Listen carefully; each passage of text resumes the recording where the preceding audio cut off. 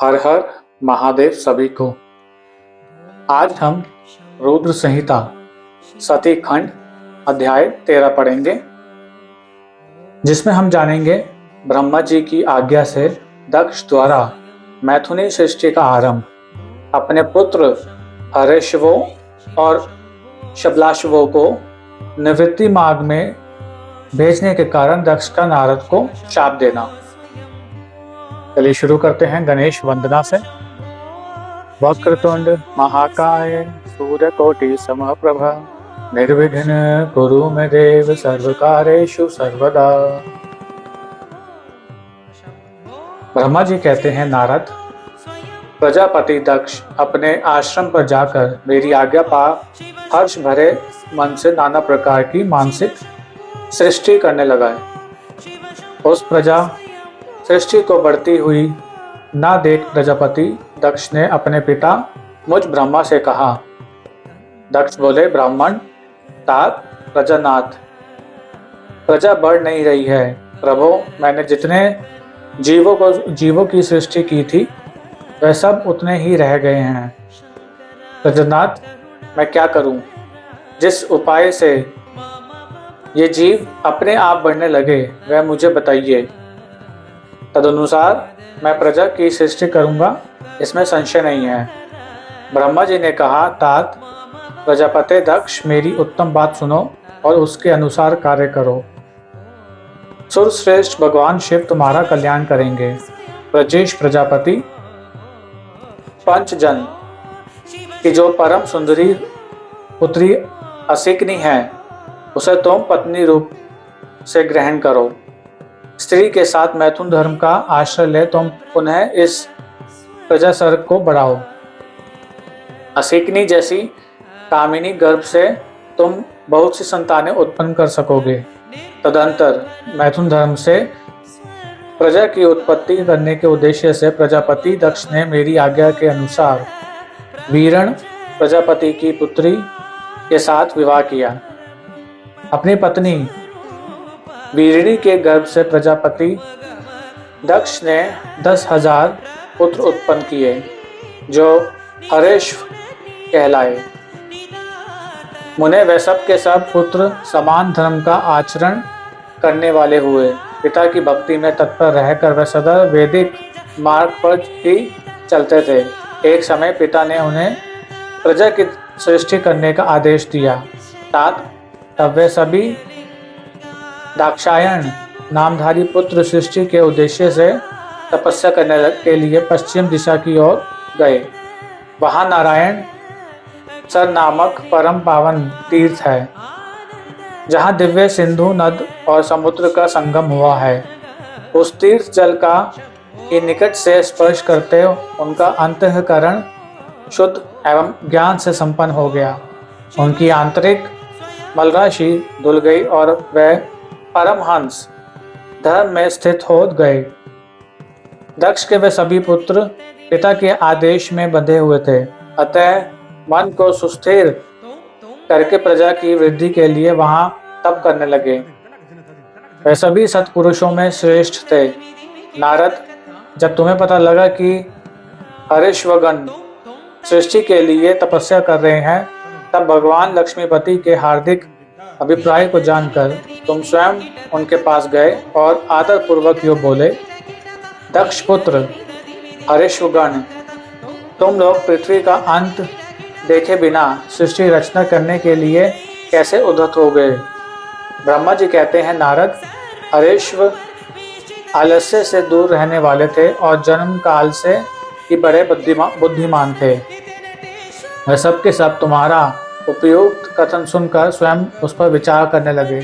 उन्होंने ये विचार किया कि जो उत्तम शास्त्र रूपी पिता के निवृत्ति परक आदेश को नहीं समझता, वह केवल रज आदि गुणों पर विश्वास करने वाला पुरुष सृष्टि निर्माण का कार्य कैसे आरंभ कर सकता है। ऐसा निश्चय करके वह उत्तम बुद्धि और एक चित्त वाले दक्ष कुमार नारद को प्रणाम और उनकी परिक्रमा करके ऐसे पथ पर चले गए जहां जाकर कोई वापस नहीं लौटता है। नारद, तुम भगवान शंकर के मन हो और मुने, तुम समस्त लोकों में अकेले विचरा करते हो। तुम्हारे मन में कोई विकार नहीं है, क्योंकि तुम सदा महेश्वर की मनोवृत्ति के अनुसार ही कार्य करते हो। जब बहुत समय बीत गया, तब मेरे पुत्र प्रजापति दक्ष को यह पता लगा कि मेरे सभी पुत्र नारद से शिक्षा पाकर नष्ट हो गए, मेरे हाथ से निकल गए। इससे उन्हें बड़ा दुख हुआ। वे बार बार कहने लगे, उत्तम संतानों का पिता होना शोक का ही स्थान है, क्योंकि श्रेष्ठ पुत्रों के बिछुड़ जाने से पिता को बड़ा कष्ट होता है। शिव की माया से मोहित होने से दक्ष को पुत्र वियोग के कारण बहुत शोक होने लगा। तब मैंने आकर अपने बेटे दक्ष को बड़े प्रेम से समझाया और सांत्वना दी। देव का विधान प्रबल होता है इत्यादि बातें बताकर उनके मन को शांत किया।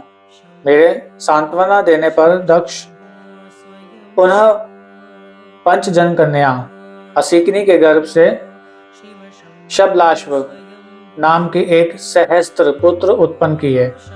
पिता का आदेश पाकर वह पुत्र भी प्रजा सृष्टि के लिए दृढ़ता पूर्वक प्रतिज्ञा पालन का नियम ले उसी स्थान पर गए जहां उनके सिद्धि को प्राप्त हुए बड़े भाई गए थे। नारायण सरोवर के जल का स्पर्श होने मात्र से उनके सारे पाप नष्ट हो गए। अंतःकरण में शुद्धता आ गई और वह उत्तम व्रत के पालक शबलाश्व ब्रह्मा का जप करते हुए वहां बड़ी भारी तपस्या करने लगे। उन्हें प्रजा सृष्टि के लिए उद्धत जान तुम पुनः पहले की भांति ईश्वरीय गति का स्मरण करते हुए उनके पास गए और वही बात कहने लगे जो उनके भाइयों से पहले कह चुके थे। मुने, तुम्हारा दर्शन अमोघ है, इसलिए तुमने उनको भी भाइयों का ही मार्ग दिखाया। अतएव वे भाइयों के ही पथ पर उधर्व गति को प्राप्त हो गए। उसी समय प्रजापति दक्ष को बहुत से उत्पात दिखाई दिए। इससे मेरे पुत्र दक्ष को बड़ा विस्मय हुआ और वह मन ही मन दुखी हुए। फिर उन्होंने पूर्वतः तुम्हारी ही करतूत से अपने पुत्रों का नाश हुआ सुना। इससे उन्हें बड़ा आश्चर्य हुआ। वे पुत्र शोक से मूर्छित हो अत्यंत कष्ट का अनुभव करने लगे। फिर दक्ष ने तुम पर बड़ा क्रोध किया और कहा, हे ये नारद बड़ा दुष्ट है। देववश उसी समय तुम दक्ष पर अनुग्रह करने के लिए वहां आ पहुंचे। तुम्हें देखते ही शोका वेश से युक्त हुए दक्ष के ओठ रोष से फड़ करने लगे। तुम्हें सामने पाकर वह धिक्कारने और निंदा करने लगा। दक्ष ने कहा, ओ नीच, तुमने ये क्या किया? तुमने झूठ मूठ साधुओं का बाना पहन रखा है।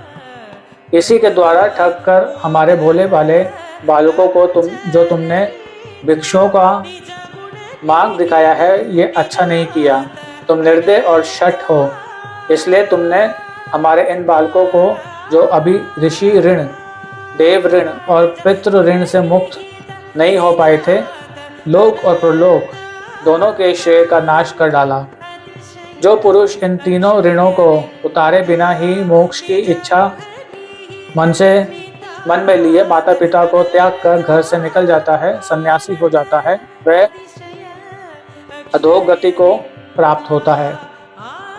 तुम निर्दय और बड़े निर्लज हो, बच्चों की बुद्धि में भेद पैदा करने वाले हो और अपने सुयश को स्वयं ही नष्ट कर रहे हो।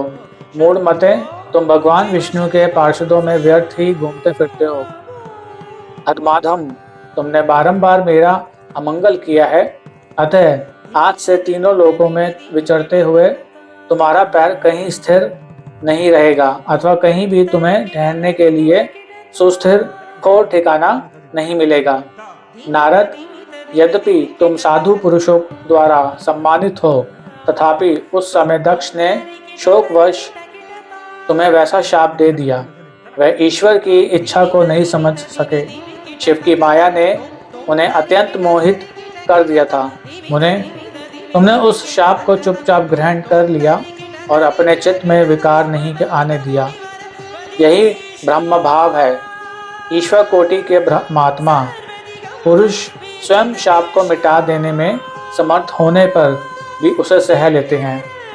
अध्याय 13 समाप्त। नमः पार्वती पते हर हर महादेव।